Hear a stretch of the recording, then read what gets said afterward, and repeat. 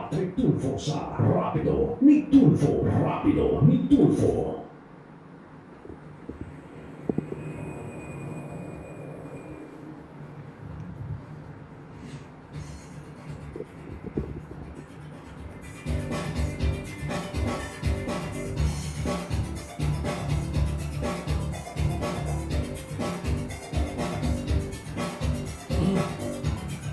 Alright, thank you very much and we're back at kung kayo po ngayon pa lang po nakikinig sa atin, no, kayo po tumutugay sa ating programang Rapido ni Tulfo. Dito lang po sa DFA, Kiso 30, una sa kanan ng himpilang may paninindigan. And of course, kapag Rapido ni Tulfo, ako po yan, si Patrick Tulfo. Wala na pong iba. The one and only. Natural, nag-iisang Patrick Tulfo lang ako. Eh siguro kung magkakaroon ako ng anak pa, pwedeng junior. But ayoko magkaroon ng junior. Parang pangit yung Patrick Tulfo junior. Parang hindi bagay. Diba so? Alright!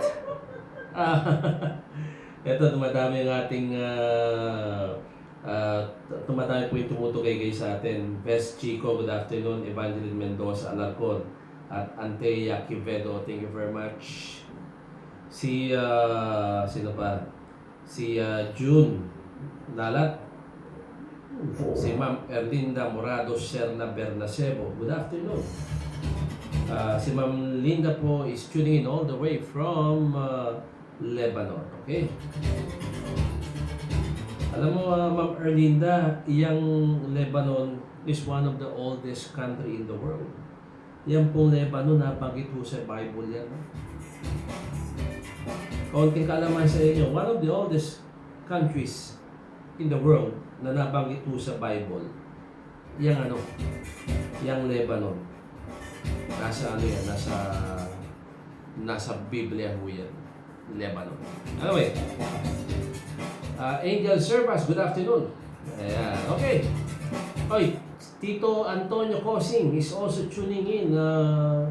Medyo maraming nakatune in sa atin. Why? Wala kayong ginagawa? Hindi lang, I'm just joking. I know it's a Friday. And for most of us, Friday is the last day of the work week at 28 pa. So that means sweldo. Kaya pala si parang Joey nakangiti ngayon.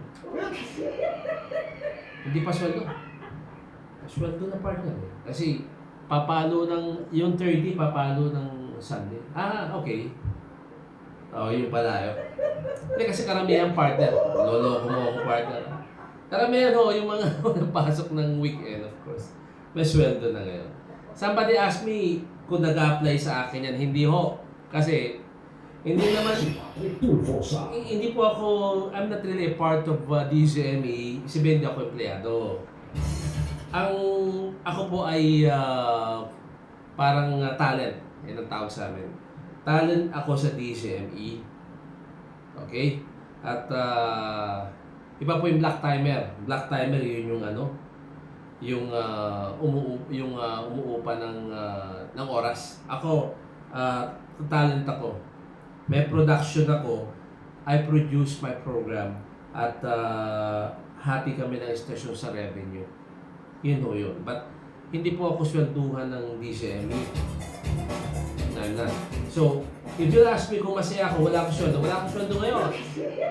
Kasi ang sweldo ko, kapag nakasingil ako doon sa mga sponsor ko, yun ang sweldo. Ayan. Alright. Baka walang part 3. Wala si Andiyan ba? Sana wag na dumating. Andiyan ba? Lock mo na yung pito, partner. Sabi, walang public service. Doon sa mga ilang nag-tune in, ano ba yung sinasabi ko rito? Meron kaming complainant dito. Inere po namin yung reklamo sa public service segment po ng Rapido ni Tulfo, Rapido Action. We have a complainant. Inere namin reklamo nung Wednesday hanggang kinabukasan.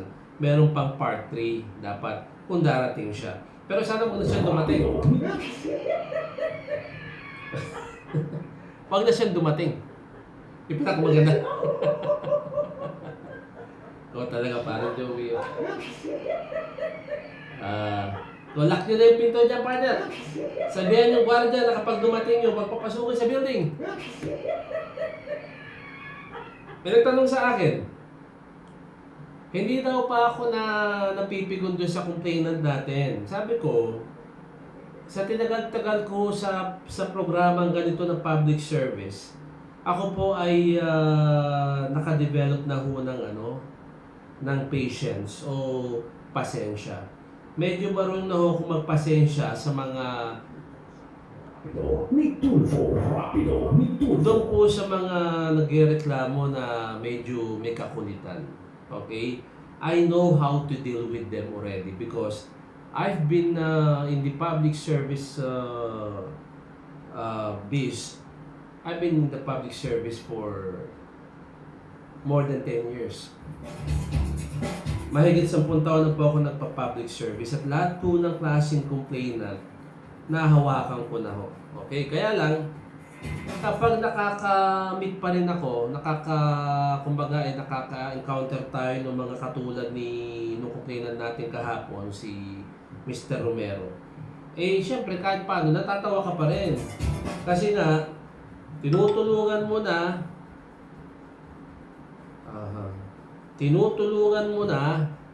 at ano ba ito?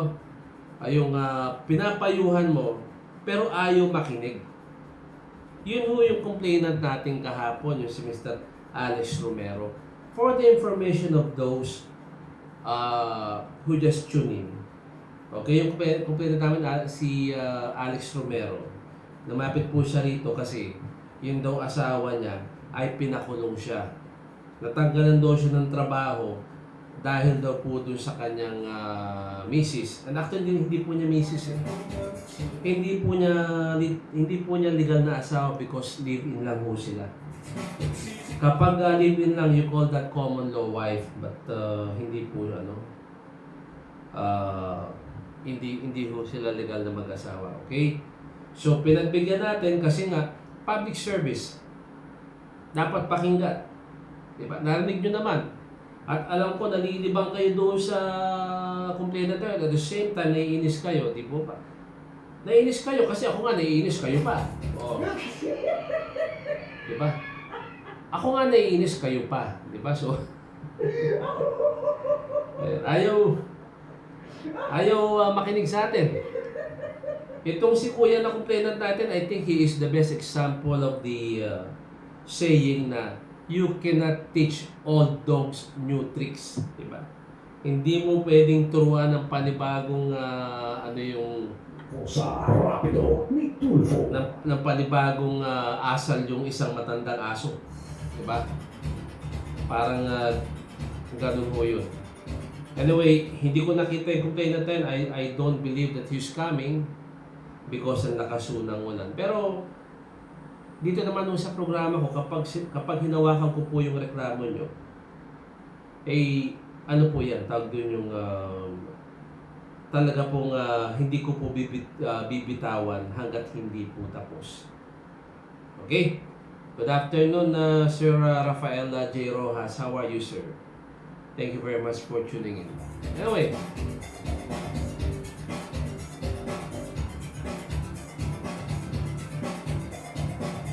kindly follow, like, and share. Follow, like, and share yung ating Facebook page na Rapido ni Tulfo.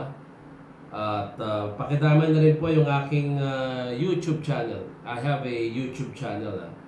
Just search for my name, Patrick Tulfo, sa YouTube. Okay, and then i-click nyo po yung subscribe para pag may bagong video ko, kayo po ay makakapanood sa akin. Okay, konting suporta lang po hiniling ko sa inyo. Especially if you are enjoying the program. Kung kayo po ay nalilibang sa akin at medyo natutuwa kayo sa akin, well, it wouldn't hurt you if you would show me a little support by by following, liking, and sharing yung Facebook page ko na Rapido ni Tulfo at yung aking YouTube channel na Patrick Tulfo. Anyway, mga mainit na balita yung sa lagay ng panahon. Yung si Bagyong Dodong wala na ho. At itong LPA na binabantayan ay nakapasok na po sa ating Philippine Area of Responsibility, but hindi pa po siya nagiging bagyo. Okay, kaya po wala pa po siyang pangalan. Okay, low pressure area pa lang po. That's the reason why nag-uulan po tayo. So one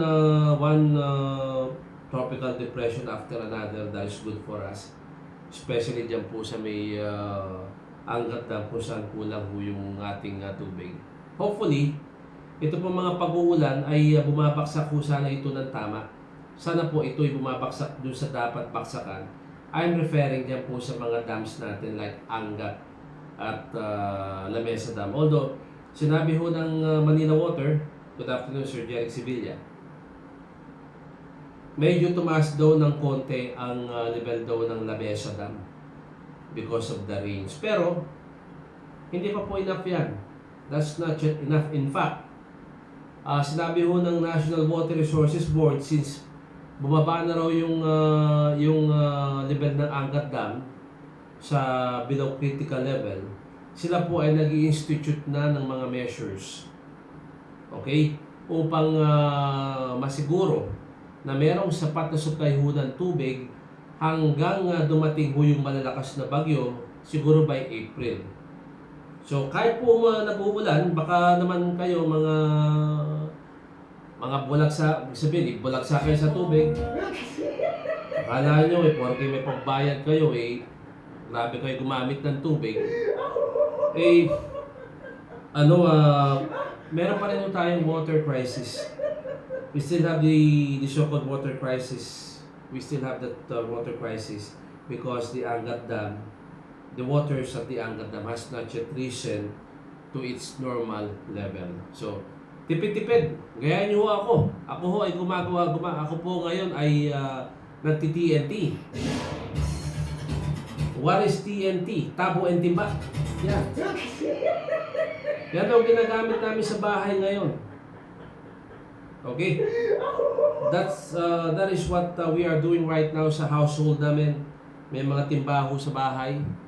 Okay, at yan ho, lalagyan namin ng tubig. At meron din kami drum sa labas. Kahit po meron tubig, may shower ho kami sa bahay. I tell my kids that Sa Rapido ni Tulfo. pag mo nang mag-shower at yung ginagamit nga ho ay yung tabo sa katimba. Okay? Malalampasan natin yung krisis na ito kung lahat po tayo ay magtutulong-tulong. At dasal din ho, of course. Siyempre, mas pinakamalaga, dasal sa katulong-tulong tayo. Okay.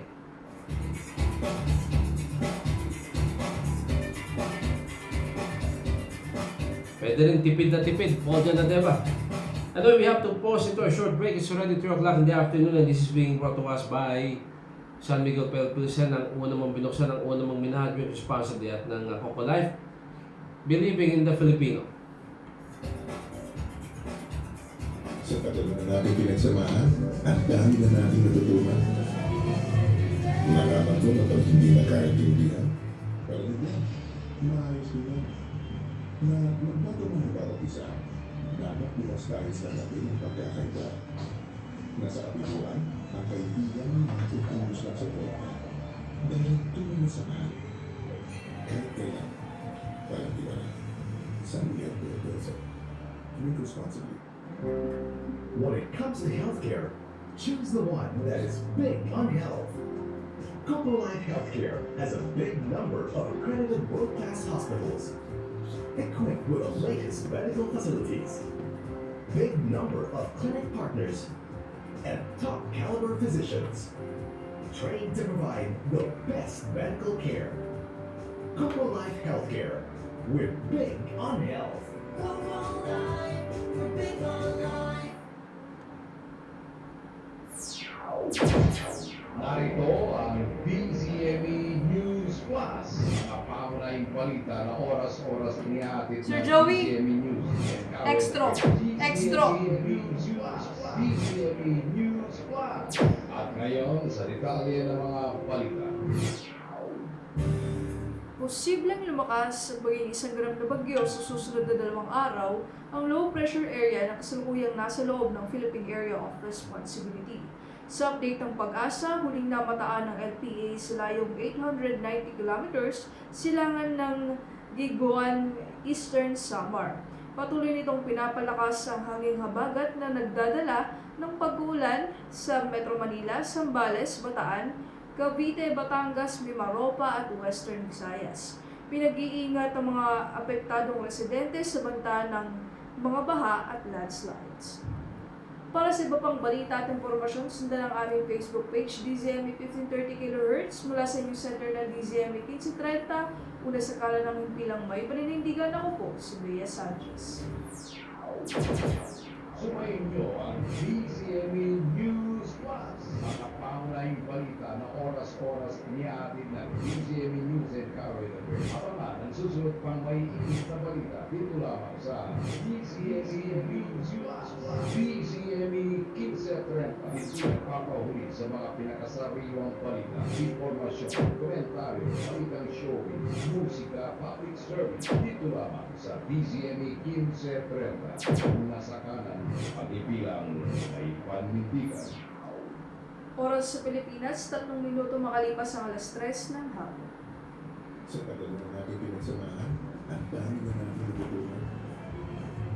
Nalaman ko na pag hindi nakaintindihan, parang hindi, maayos naman. Na bago man ang bawat isa, dapat bukas tayo sa natin ang pagkakaiba. Nasa kabiguan, ang kaibigan ng tungkubos ng suporta.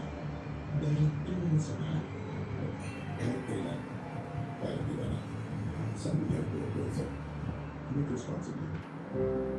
When it comes to healthcare, choose the one that is big on health. Couple Life Healthcare has a big number of accredited world-class hospitals, equipped with the latest medical facilities, big number of clinic partners, and top caliber physicians, trained to provide the best medical care. Couple Life Healthcare, we're big on health.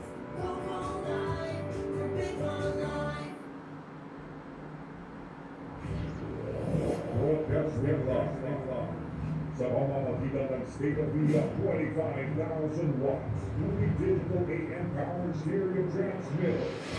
Ito ang DCME. Numero 1 sa pagkahatid ng mga sariwang balita, informasyon, komentaryo, at musika at public service. DCME 1530. Una sa kanan, ang himpilang may paninindigan. Rapido, Tulfo, balita, komentaryo at aksyon. Sa inyo kasama si Patrick Tulfo sa Rapido ni Tulfo. Rapido ni Tulfo. Rapido ni Tulfo. Kalaban ng mga tiwali, bantay ng mga pasaway, si Patrick Tulfo sa Rapido ni Tulfo. Rapido ni Tulfo.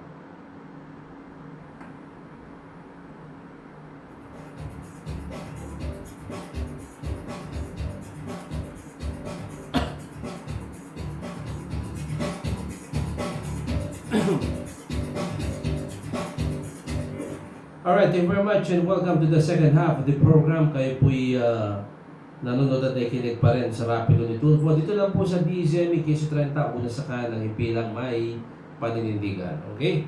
Anyway, it's a rainy Friday afternoon, the last Friday of this month. At by Monday, Hulyo na nga po tayo. No? Sweldo ngayon, umulan pa. Alam niyo na ibig ko sabihin, sweldo, tapos umulan pa. So kapag tawag dun mamaya hong uwian, asahan na ho natin mabigat ho ang traffic. Okay, ang combination. Sweldo, biyernes, at umuulan. kanina, I hope po tumigil na. Pero madilim pa rin po eh. Tatlong combination ho yan. Pag sama-sama, you put the three together, you combine the three. Ang resulta ay mabigat na traffic. Okay? So, medyo ano lang ho tayo ha. Tawag dun yung habaan ho natin ng konti ang pasensya mamaya ho sa pag-uwi ho natin. Dito nga ho sa traffic. Anyway,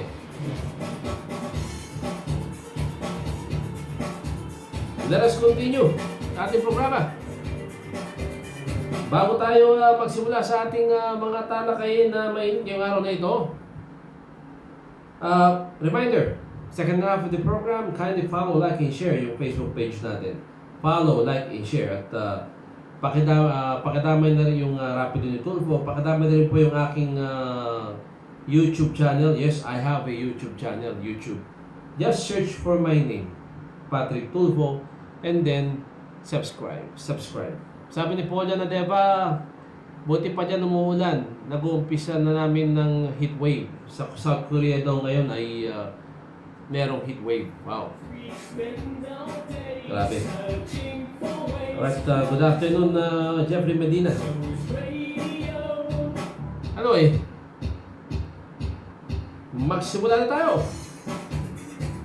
At syempre pa, ano ang pag-uusapan natin ngayong araw na ito, no? Yung mga pinakamaiinit na issue kagabi hanggang kaninang umaga.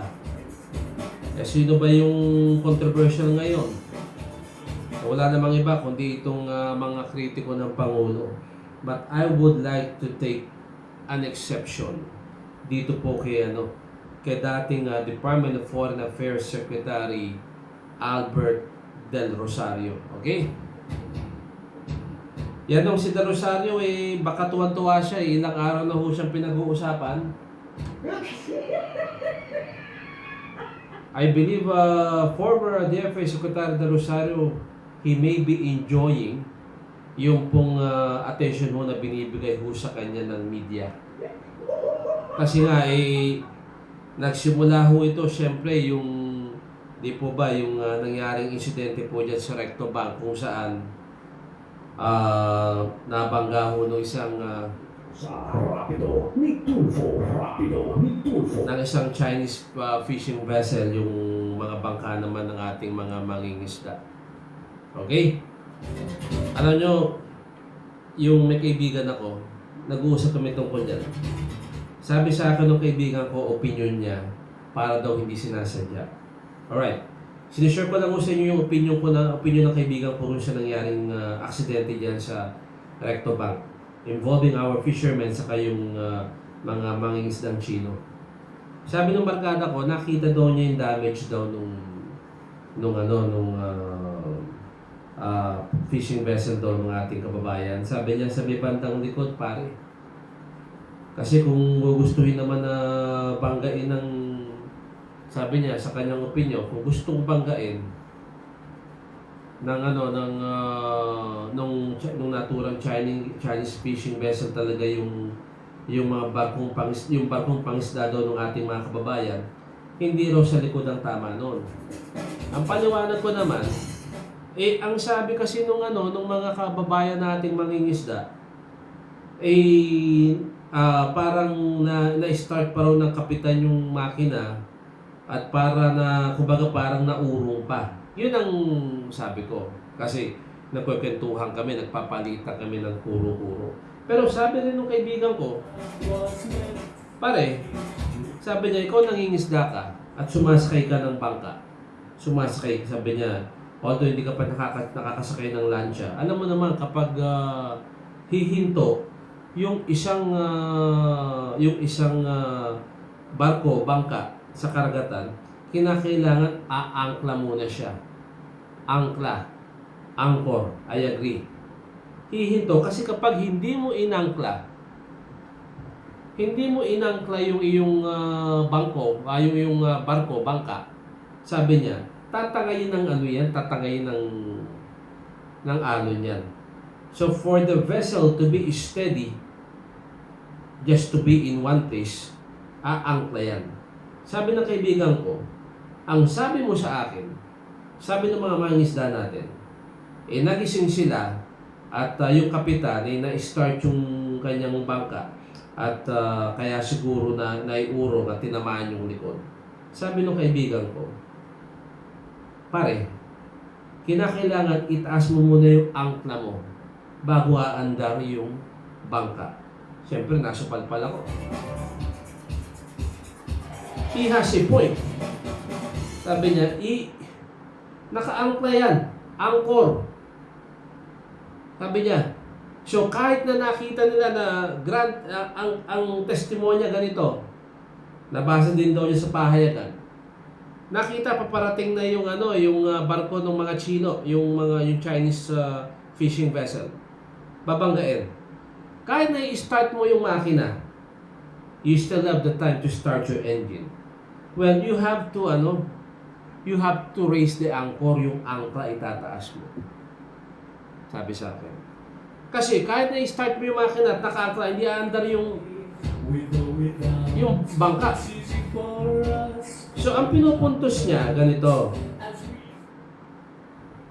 Hindi naman daw pinagdududahan niya yung mga testimonyo ng mga kababayan natin. After all, kababayan natin yan. So, syempre, ang simpatya natin, ang simpatya dapat ng mga Pilipino ay doon sa mga kababayan nating mga mangingisda. Pero ang sinasabi lang niya ay yung kanyang opinion niya na nabasa daw niya tinanong din mga mangingisda kung ano yung kanilang opinion, kung sila ba ay binangga o nabangga. Kasi nga, sabi niya, matatandaan mo pare, yung unang lumabas yan, may mga nabasa akong balita, sabi nung ilang mangingisda nating kababayan, tingin daw nila binangga sila. Pero sabi niya, nakita ko yung itsura ng kanilang fishing boat, ang tama sa likod. Kung ang purpose ng isang fishing vessel ay babanggain ka, palulubugin ka, sabi ng ganon, siguro ang pinakamaganda ang bangka sa gitna. Sabi ko, hindi ko masagot yung sinasabi mo. Sabi ko, I don't know. That's why we have to wait for the investigation, yung resulta ng investigation kako ng China at ng Pilipinas. But one thing is for sure, nakakaisa kami. Mali ho yung ginawa ho nung sakay ho yung mga naturang sakay ng fishing ng Chinese fishing vessel na iniwan ho nila sa karagatan yung ating mga kababayan. Okay? Mali ho yun. Diba? Doon kami nagkaisa. Sabi niya, but I agree with you. At siyempre pa, yung opinion ng mga sambayan ng Pilipino, maling-mali yung ginawa nitong mga Chino na iniwan itong mga kababayan natin. Diba? Ay, di. Huwag ka Joy Zamora. Ano lang ito? Kasi umuulan dito eh. Hindi ko na pwedeng kulayan ng ibang kulay ito. Okay? Anyway. So, yan ho. Diyan nagugat yung issue. Banggaan. At ito na. Isang damakmak na mga batikos na naman ang tinanggap ho ng Malacanang ni Pangulong Rodrigo Roa Duterte. And this issue, literally, ang target ho, si Pangulong Duterte.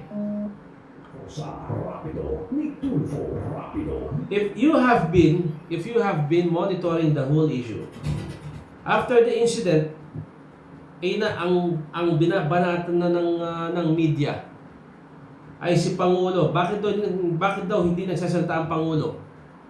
Bakit nananahimik ang Malacanang? Ay teritoryo daw ng Pilipinas siya, blah blah blah blah, everything. Nagsalita ang Pangulo. Finally, Malacanang, President Duterte broke his silence. Ano sinabi ng Pangulo? A simple maritime incident na ikinagalit ho ng mga kababayan ho namin. A lot of people got mad. Bakit daw sinasabing simple maritime incident yung nangyaring banggaan na yan? Kaya anong gusto nyo sabihin ng Pangulo?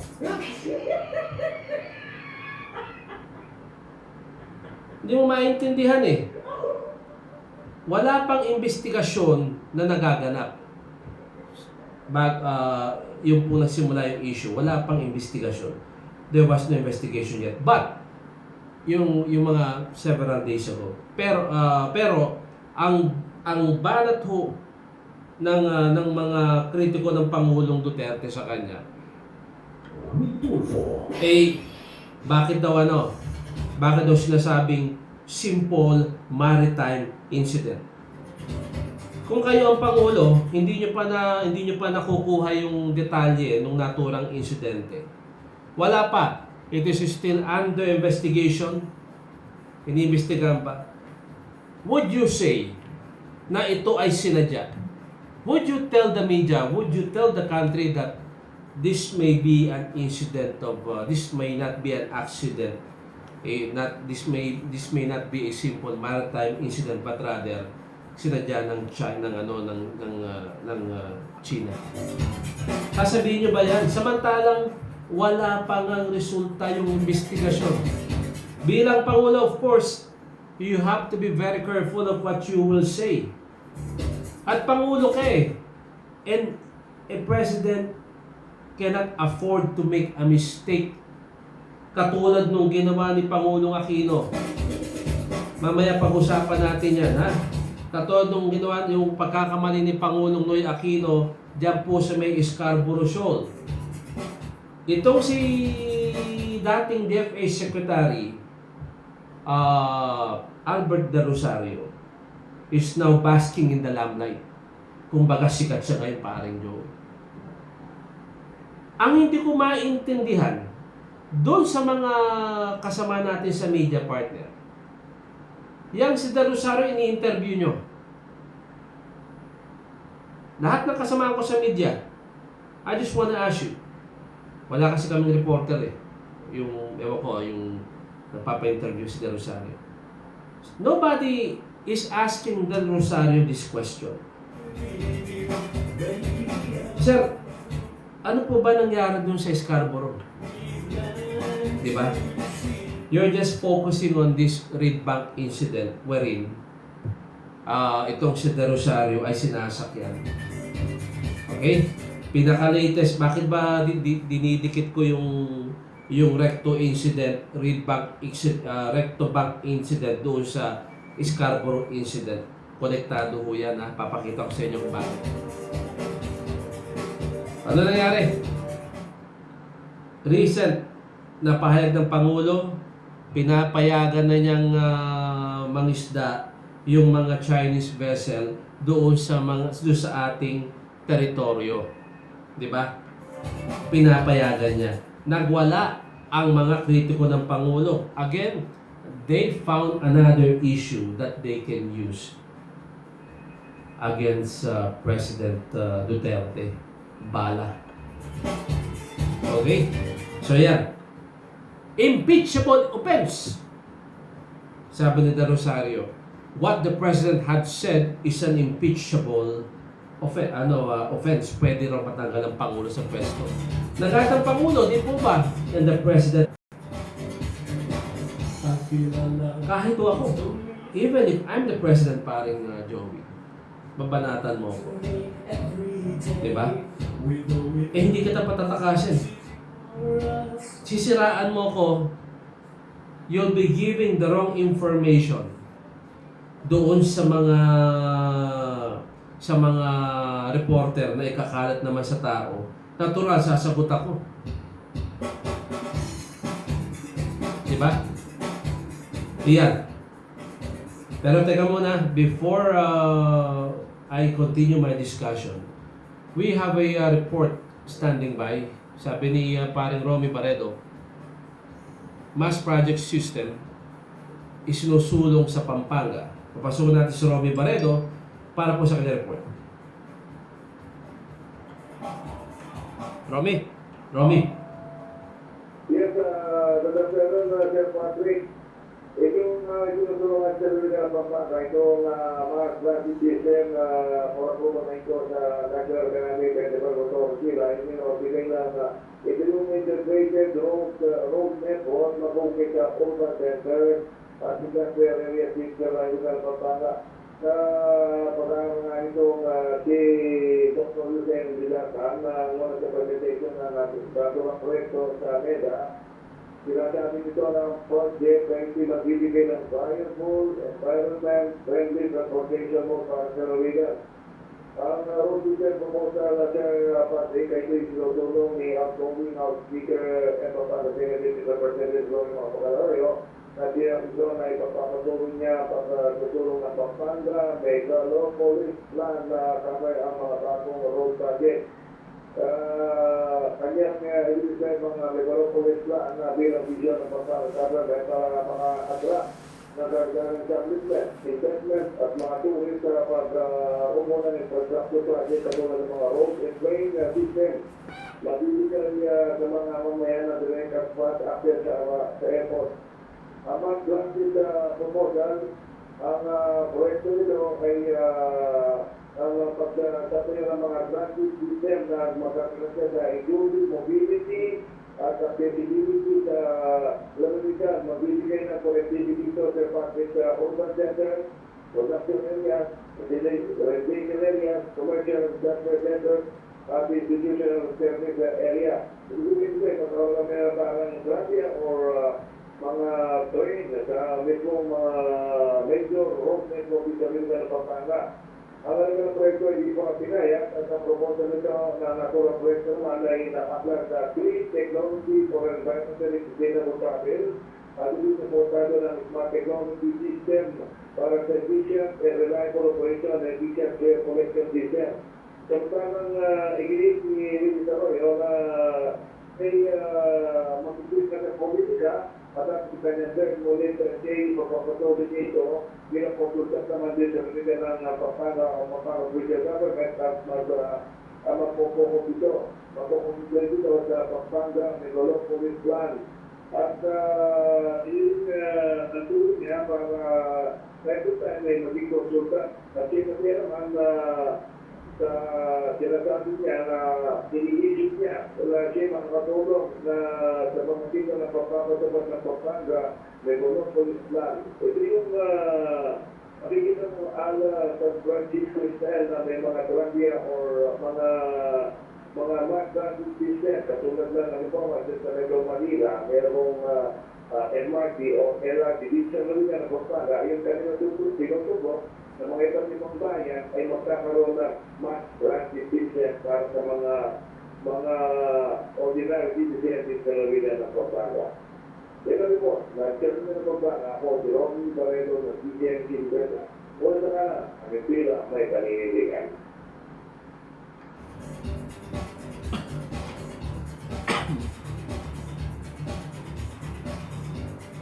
Alright, thank you very much. Paring Romy Barredo, live all the way from Pampanga. Alam mo nga, paring Joey, yung bayan mo, yung probinsya mo, Pampanga will be the next economic center of this country. Susunod ng Pampanga, grabe yan. Pampanga will be like Metro Manila. Yung Clark Green City partner, once it is finished, yan po proyekto ng gobyerno na Clark Green City. Ano ho yan? Once it is fully finished, parang Joey, mas maganda pa sa Metro Manila yan. Kasi well-planned. Maganda ho yung plano, maganda yung drainage, hindi ho nagbabaha. It will be a self-sustaining city. Yung Manila ho, Manila was like that before, bago nagkaroon ng World War II. Maganda ho ang Metro Manila, believe it or not. City of Manila, napakaganda ho because it was designed by the world-renowned American architect na si Daniel Burnham. Nasira lang ho ang Manila noong World War II. In fact, we are the second most devastated city after Poland. Alright? After yung capital ho ng Poland. Pangalawang pinakawasak ho na syudad po ang Manila. Kaya nangyari, hindi na ho nabalik ko yung ganda ho ng Manila. Okay? Metro Manila is overcrowded, overpopulated, masikip. That's why the government needed to have another city na gumawa pa ng isang syudad outside Metro Manila para po ma-encourage yung mga tao na mag-spread out at hindi po tayo nagsisiksikan dito sa National Capital Region. Kapag natapos po yung Clark Green City na project po ng gobyerno dyan po sa Pampanga, Pampanga will be the next economic center of this country. Anyway, so tuloy-tuloy pa rin tayo at paring Amiel. Paring Amiel, walang problema yung yung YouTube natin. Okay, kasi nakahang yun sa akin. I'm just asking. Okay lang. Anyway, let us continue with our program at pinag-usapan natin itong mga banat na naman ho ng mga opposition. Diyan po kay Pangulong Duterte. That is worth reacting to. Diba? Yung bang hindi mo papalampas eh. Lalo pa kung nakikita mo na namumuliti ka itong mga bumabanat kay Pangulong Duterte. Anyway, let's go straight to the issue. Si Rosario, impeachable daw yung sinabi ng Pangulo. Okay? Impeachable. Kasi daw, under the Constitution, hindi raw yun daw ating teritoryo ay hindi raw dapat ito pinapupuntahan ng ibang bansa or pinapagamit sa ibang bansa. Alam nyo, because of what Del Rosario did, we were forced to review yung ating Constitution. Kumbaga binasa ko na naman ho yung ating 1987 Philippine Constitution. At nabasa ko na merong kapangyarihan ang Chief Executive na gawin yung ginawa ni Pangulong ni Pangulong Duterte. Okay? Si Pangulong Duterte has the power na sabihin na pinapayagan niyang mangisda yung mga Chinese fishing vessel sa teritoryo ng Pilipinas na pinagwawala ho ng mga dilawan. Okay? Ano ba sinasabi ko dyan? Ano ba yung gusto niyong Pangulo? Yung Pangulong magsisinungaling? Who will tell you? Bawal mangisda ang mga Chino dyan sa lahat ng nasyon dyan sa mga ibang bansa sa Philippine territory. But what is reality? Ano yung realidad? The reality of things is nandyan na ho sila. At ang realidad do, wala ho tayong magawa. So ano ang gugustuhin nyo? Yung Pangulo na sasabihin sa inyo na pinagbabawal ko yung pangingisda dyan sa teritoryo natin. Tapos hindi naman natin mapatupad. Or yung Pangulo na tapat, who's honest enough to admit yung mga bagay na hindi po niya masolusyonan at the moment. And one of them ay ito pong mga pagpasok at labas ng iba't ibang mga bansa dyan po sa ating exclusive economic zone. Which would you prefer? Diba? Anong i-prefer nyo? Diba? May mga mangingisda tayo dyan. Yung mga kababayan natin na nagpupunta sa West Philippine Sea para mangisda ng ilang araw, sila po nakikita nila. Nakikita ho nila yung mga pangyayari ho dyan. And what if ang sinabi ng Pangulo na bawal ng mangisda dyan yung ibang mga nasyon, huhulihin namin. Pero nakikita naman ng mga nakikita ng mga kababayan natin mangingisda na hindi naman totoo yung sinasabi ng Pangulo at patuloy pa rin yung pangingisda ng mga ibang bansa. Diba? Ako nga, ang tingin ko dun sa statement ng Pangulo, parang Alex, positive. Bakit positive? makinig kayo sa akin. Why did I say na yung statement ng Pangulo na pinapayagan na niya yung mga Chinese fishing vessel na mangisda doon sa ating teritoryo? Why did I say na positive yan? Kasi po, in doing so, in saying so, that he is allowing the Chinese fishing vessel to fish in our territory, ina-affirm ho ng Pangulo. The President has affirmed that yang ang lugar na yan ay teritoryo ng Pilipinas. Gets nyo? Si Patrick Tulfo sa Rapido ni Tulfo. Rapido ni Tulfo. Intindihan nyo? With that statement, with that statement that was issued by the President when he said, pinapayagan ko ng mangisda. He is just emphasizing that is our territory. Yan ho yung nakita kong magandang ibinungan niya. Of course, I do not subscribe kung ako'y tatanungin niyo bilang Pilipino, ayoko may nangingisda dyan, territory natin yan, that should be ours. But unfortunately, hindi ho natin ma-enforce yung ating sovereignty. We do not have the capability para po i-enforce yung ating yung territory ho natin, bantayan yung ating territory. We do not have that as of the moment. Kulang pa ho yung gamit ho natin. Yan yung sinasabi ng Pangulo sa atin. Ako, call me. You can call me na die-hard Duterte fanatic. But, kung titignan nyo ho yung statement ng Pangulo, if you will analyze that, you will realize that the President is just telling the truth, yung katotohanan. Rita Martinez, Shane Cuangco, Paul Janadeva, okay? The President has just told you the truth. Yung teritoryo natin hindi maproteksyonan at the moment. Ngayon, itong si Zamora, ang kapal ng mukha nitong matandang ito, nabanatan mo yung Pangulo natin. Of all people na babanat kay Pangulong Duterte, si De Rosario, former DFA Secretary, medyo thick ang face mo, sir.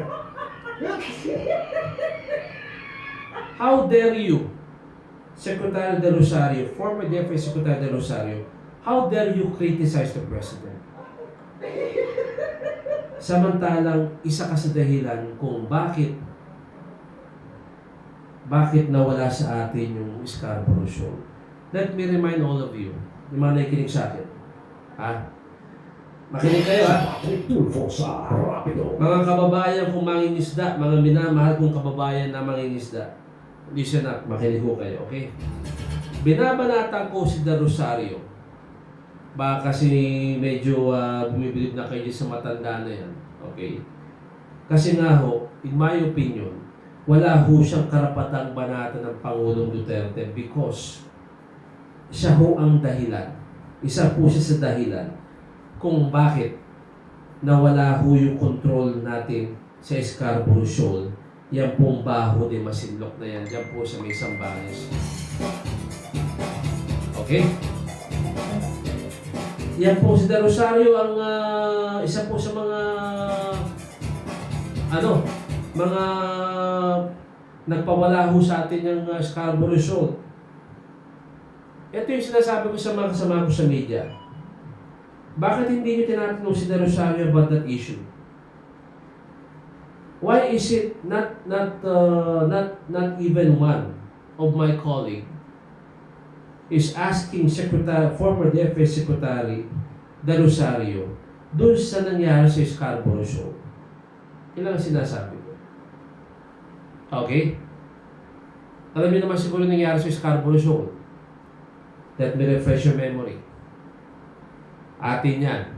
Baho de Masinloc International Lane, Scarborough Shoal. Okay? Panahon ni Pinoy,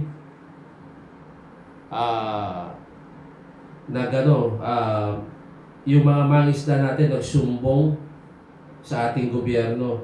Meron daw mga nangingisdang mga Chinese doon sa loob ng Scarborough Shoal na pag-aari natin. Nagkamali po ng reaksyon si Pinoy. Nagkamali ng reaksyon si Pinoy at inutusan ng Philippine Navy na dalhin po yung ating bagong barkong pandigma na galing po ng US.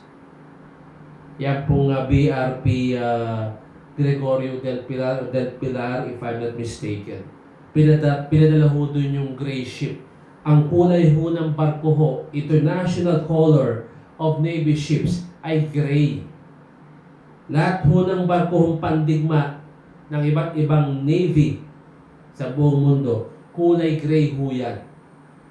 So gray ship po ang tawag ho sa Navy ship. Nagpadala ho tayo ng Navy ship ho doon.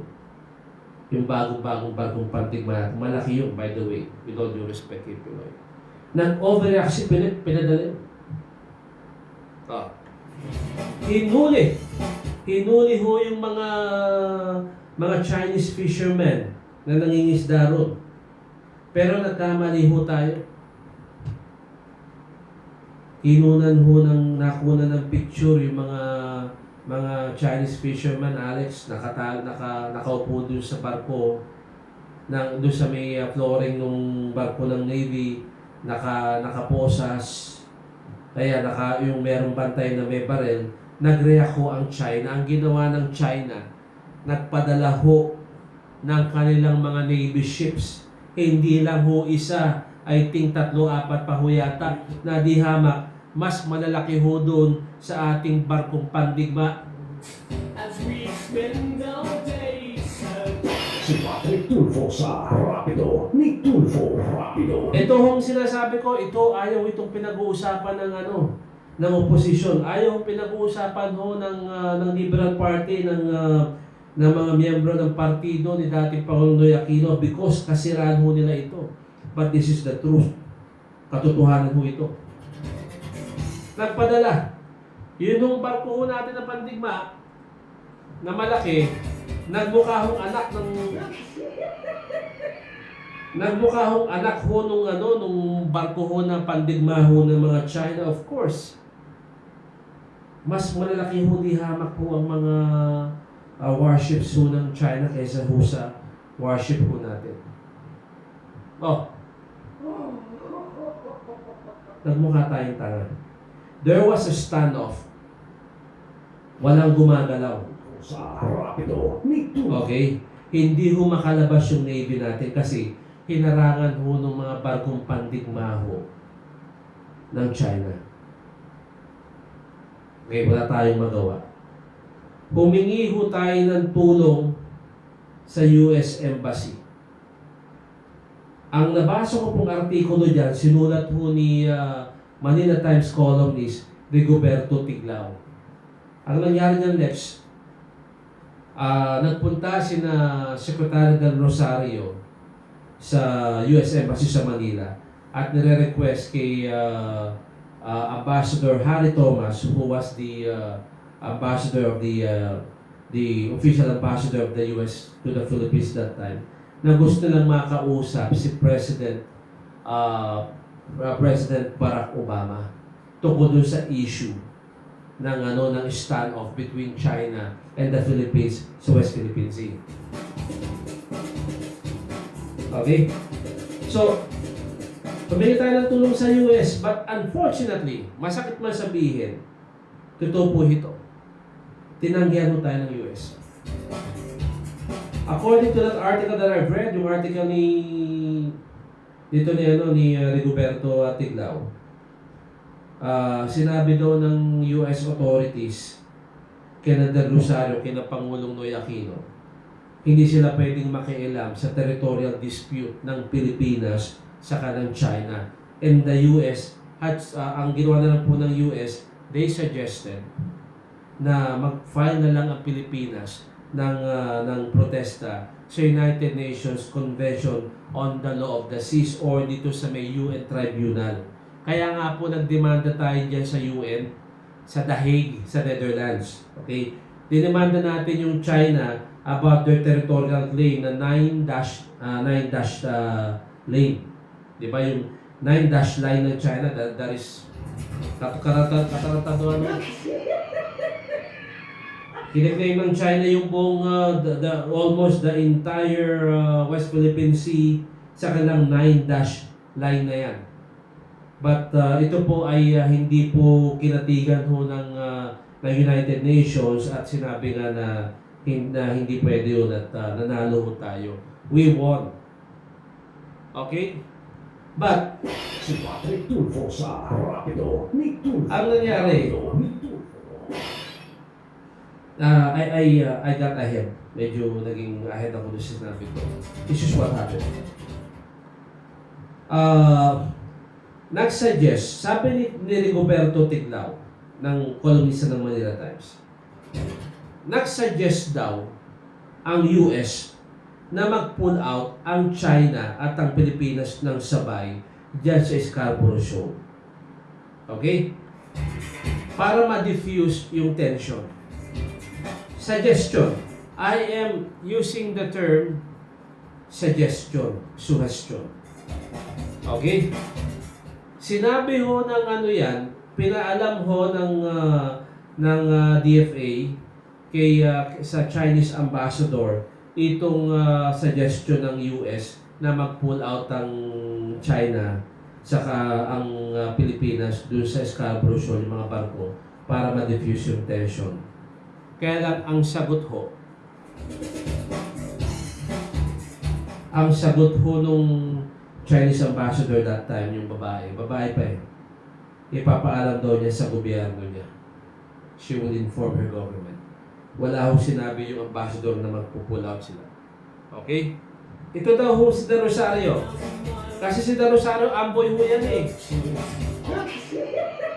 Yan ho si De Rosario, tuta ho ng Amerikano yan. I'm not anti-American. In fact, if the Americans wants to have a base here, at kung yan lang yung magiging susi para matigil na yung mga pang-aabuso doon sa teritoryo natin, I will vote for the Americans again having a base here para magkaroon ng Rapido. magkaroon ng katatakutan yung mga bansa na inaabuso tayo dyan sa West Philippine Sea. I will vote for that. But sinasabi ko, iyang si De Rosario, amboy ho yan, tutakot ang kanong yan. Can you imagine? Inutusan ho niya yung barko natin, yung Philippine Navy, na mag-pull out na doon sa Scarborough Shoal. Okay? At hindi po niya sinabihan si Pangulong Noy Aquino. Let me repeat that. Ang kapal ng mukha mo, former DFA Secretary Albert De Rosario. Rapido. Ni Tulfo. You are the reason why we lost the Scarborough Shoal to the Chinese. Pina-pull out mo yung barko natin pandigma kahit na hindi pa nag-agree yung China na magpo-pull out na sila. Inutusan mo yung Philippine Navy na mag-pull out, and you didn't even inform the President about it. Ang kapal ng mukha mo, matanda ka.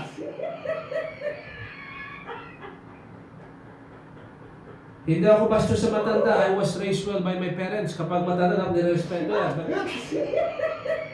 On the part of De Rosario, I'm not being rude. Okay? I'm just telling the truth that Mr. Del Rosario, sir, kapal ng mukha mo. How dare you criticize the President on the lead bank issue? Yung katangahan mo, yan ang dahilan bakit nawala sa ating Scarborough. Okay? Baka nakakalimutan na ng mga kapalitan ng mga isda. You might be forgetting about it. Baka hindi nyo lang alam. Ini-inform ko kayo. I am informing you that it was the fault of a former Department of Foreign Affairs Secretary de Rosario kung ba't nawala sa atin yung Scarborough na pangisdaan nyo. Pangisdaan natin. Kaya ngayon, kontrolado ng mga ng China yung Scarborough Shoal. Palagi yung may barko dyan, hindi umaalis. Tapos papalata mo ng Pangulo na impeachment, kapal ang mukha mo, sir. Hindi ka ba nagbabasa ng Bible? At hindi ba alam yung kasabihan na before criticizing anyone, look at the mirror first. Bago mo banata ng isang tao, tumingin ka muna sa salamin. Baka pinupunan mo yung mali ng isang tao, kung baga pinupunan mo yung Rapido. pinupunan mo yung dumi sa kanyang mukha, samantalang ikaw, sabi mo, meron siyang dumi sa mukha, samantalang may uling ka naman pala. Hindi lang, yung sa pinupunan mo, merong maliit na bahid na dumi, samantalang yung mukha mo pala ay nakukubera ng uling. Yung buong mukha mo ay covered with ash. Nauling. Diba? How dare you criticize this president? Kapal ng mukha mo, sir. You are not the best person. Former DFA Secretary de Rosario, I hope makarating sa ito.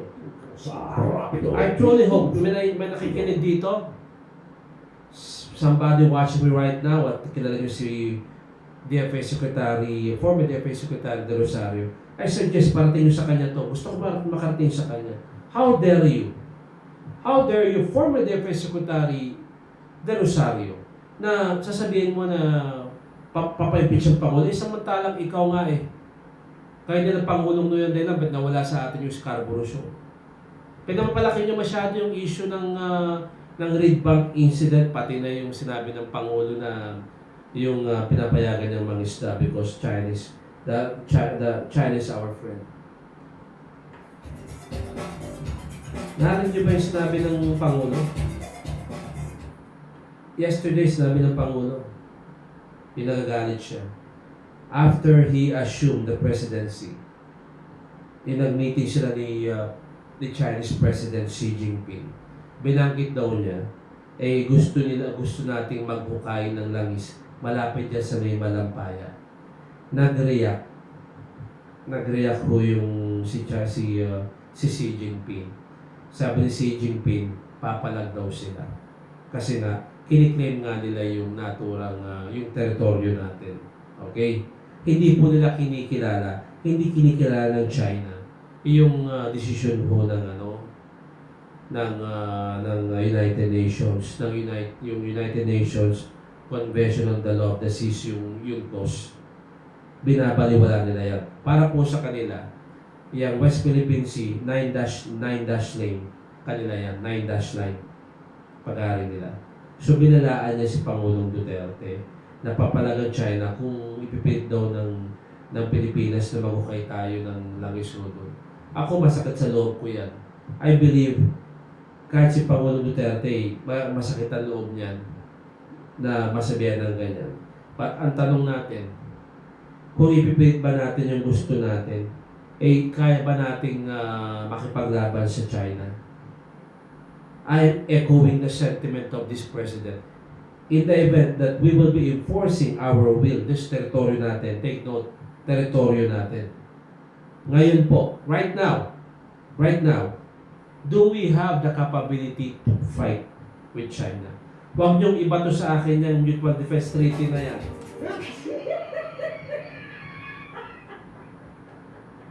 Huwag niyong sabihin sa akin yung let us invoke our Mutual Defense Treaty with the US because malabo ho yan.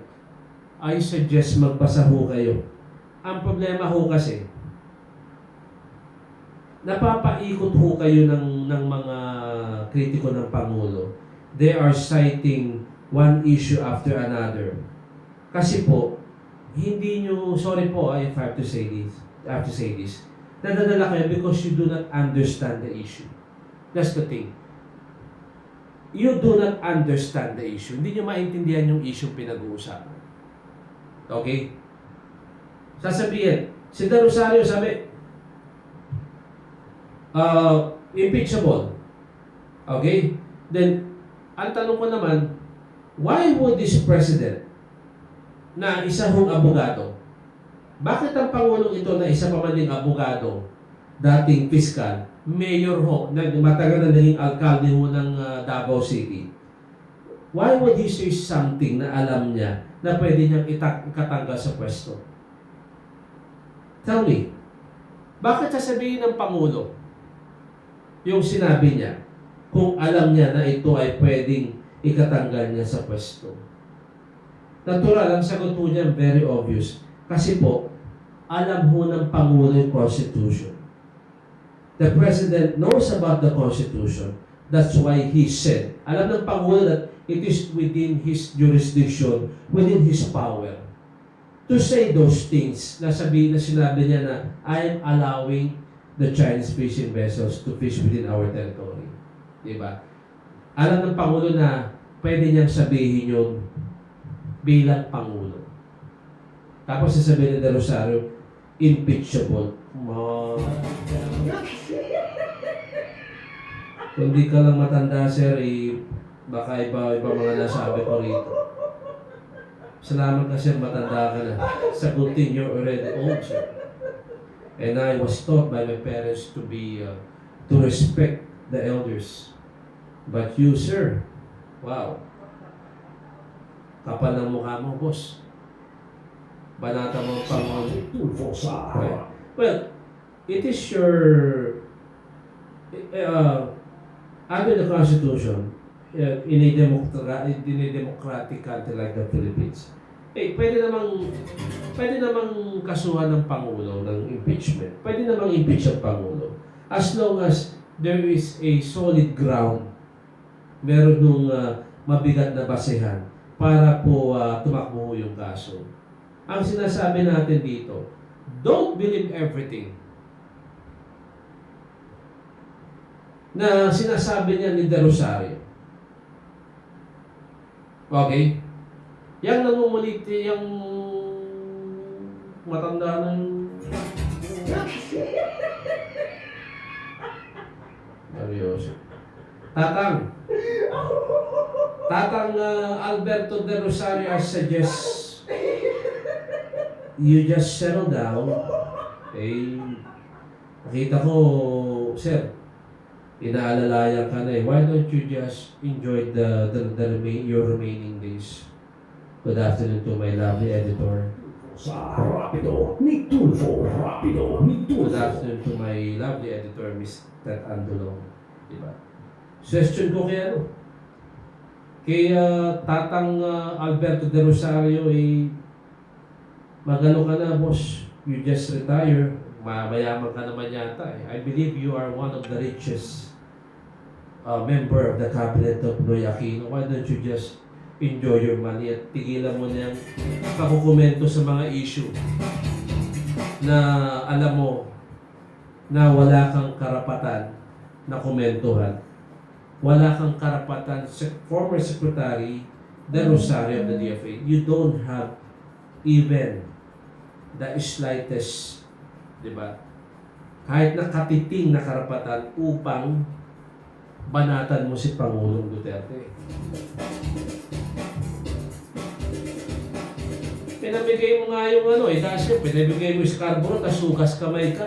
Yung mga kapatid natin mangingisda, mga mahal kong mga kapatid na mga mangingisda, yan noong si De Rosario ang dahilan, beto nawala ho sa atin yung Scarborough. Huwag kayo magpapaniwala niyo sa matanda na yan.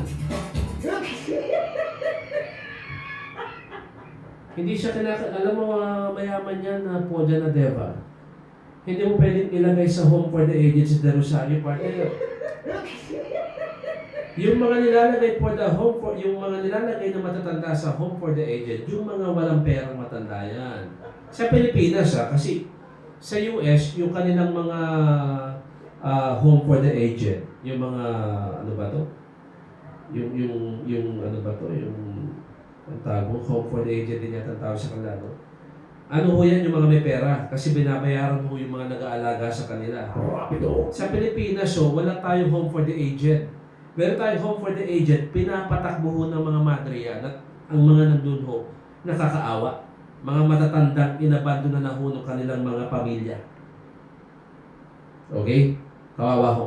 Hindi mo pwedeng ilagay si Del Rosario dyan, Paul dyan, kasi mayaman niya si Tatang Albert. Mayaman yan. Nagbigay nga ng 500,000, di ba? Oh. Nagbigay ng 500,000 doon sa mangingisda, tulong daw. Alam mo kung ako isang mangingisda na na may prinsipyo, hindi ko tatanggapin yung pera niya. Wag mong mag-guide sa akin yung mga kapatid natin mangingisda. No? Kung ako ay isang mangingisda na may prinsipyo, hindi ko tanggapin ang pera niya. Kasi alam ko ginagamit lang ako niyang matandang lupa na yan.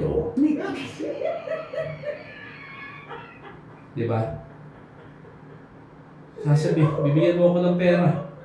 Eh samantalang ikaw nga yung dahilan kung bakit pala nawala yung Scarborough Shoal sa atin, kapal na mukha mo. Sabi ni Rita Martinez, kapag nagkagera, sino ang kawawa? Yung mga may hirap na tao, sila kasi mayaman bago pa magkagera, nakalipad na sila sa ibang bansa. Okay. Ano pa bang komento? Okay. Okay. Seryoso. Si Patrick Tulfo sa Rapido. Ni Tulfo. Rapido. Ni Tulfo. So, former DFA Secretary Del Rosario, shut your mouth, sir. Please. You don't have an iota of right to comment on the West Philippine issue. When in fact, you were one of the reasons bakit nawala sa atin yung Scarborough Shoal. Mag-research ho kayo.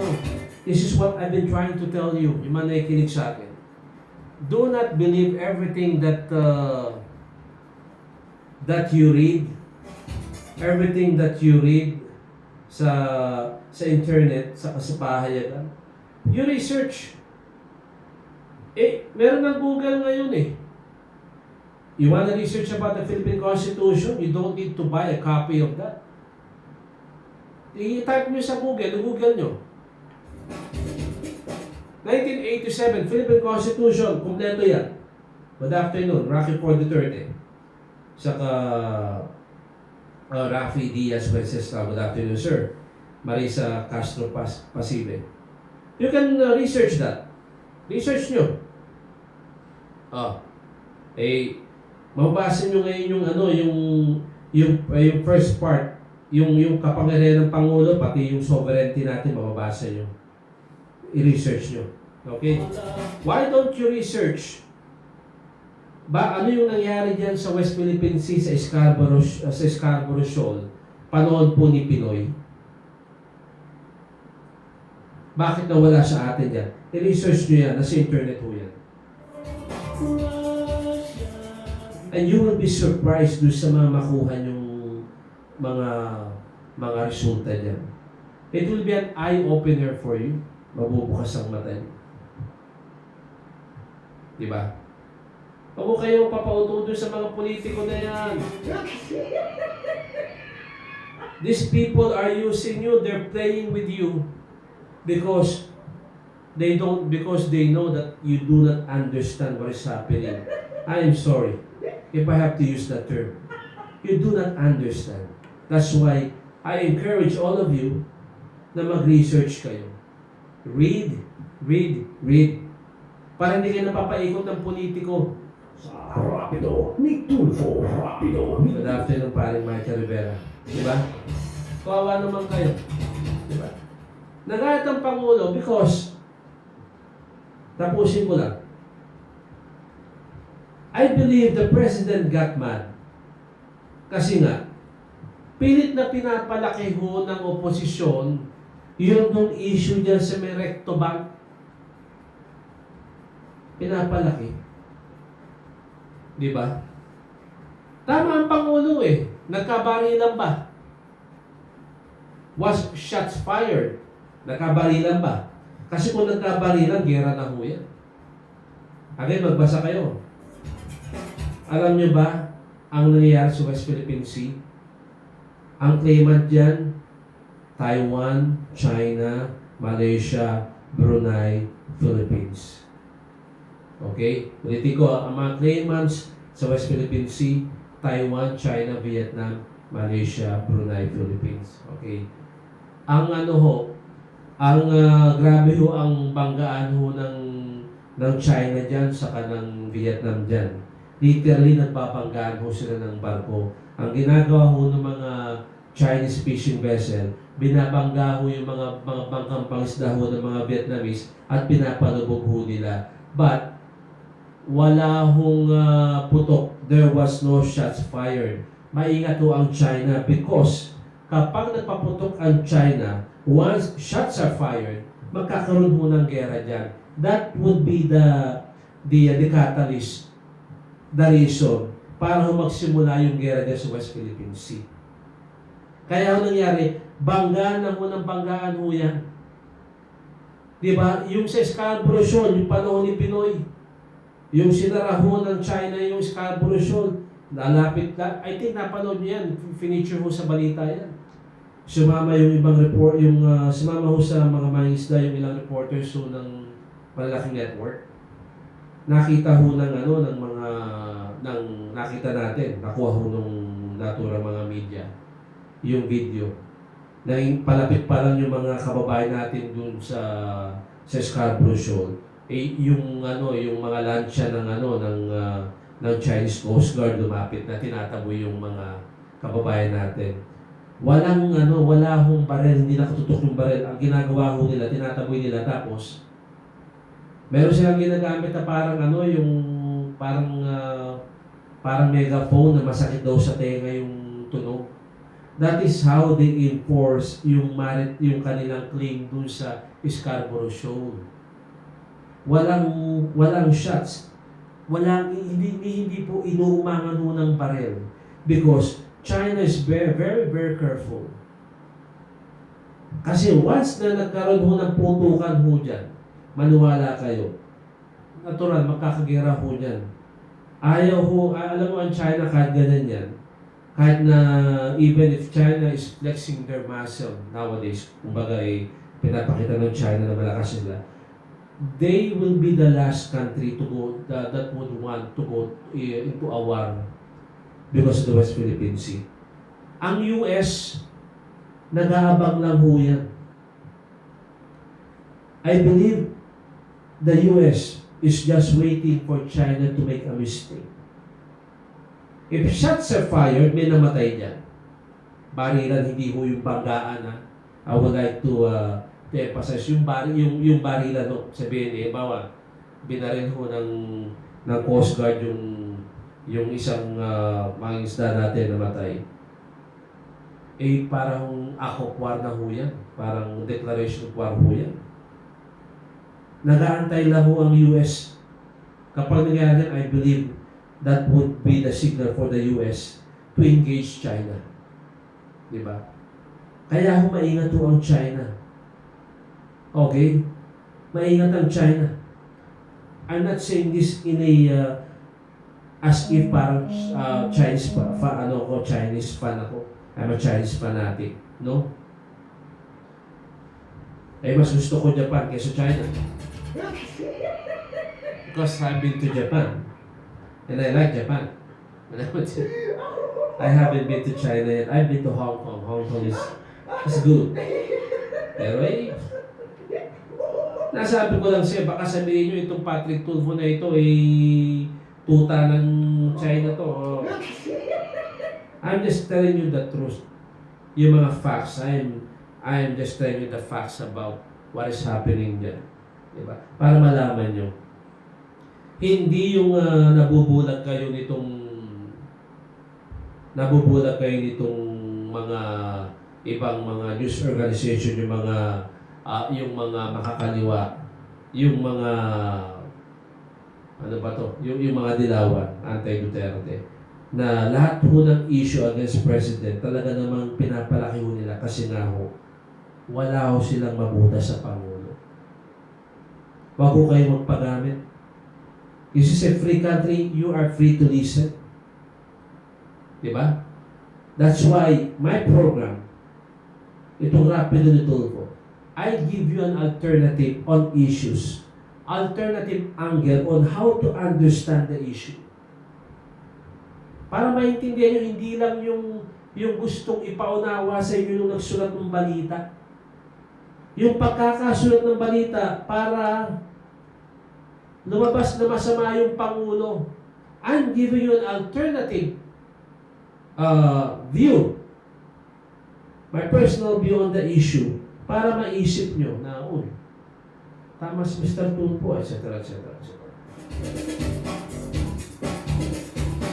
Okay, that's it for the program. Thank you very much for giving me company for 1.5 hours. Kasi late ako. Instead of 2 hours, 1.5 lang. Nauna na si Paring. So thank you very much for staying with me. So, have a nice weekend. I'll be back on Monday. Wala ho kung upo ng weekend. So I'll see you on Monday. Monday, 9 to 10 in the morning, isumbong kay Tulfo.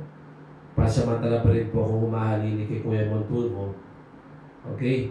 At then, of course, then in the afternoon, my own program, Rapido ni Tulfo. Salamat po. At naway patuloy yung pagpalain ho ng Panginoon Diyos ang bansa ho natin.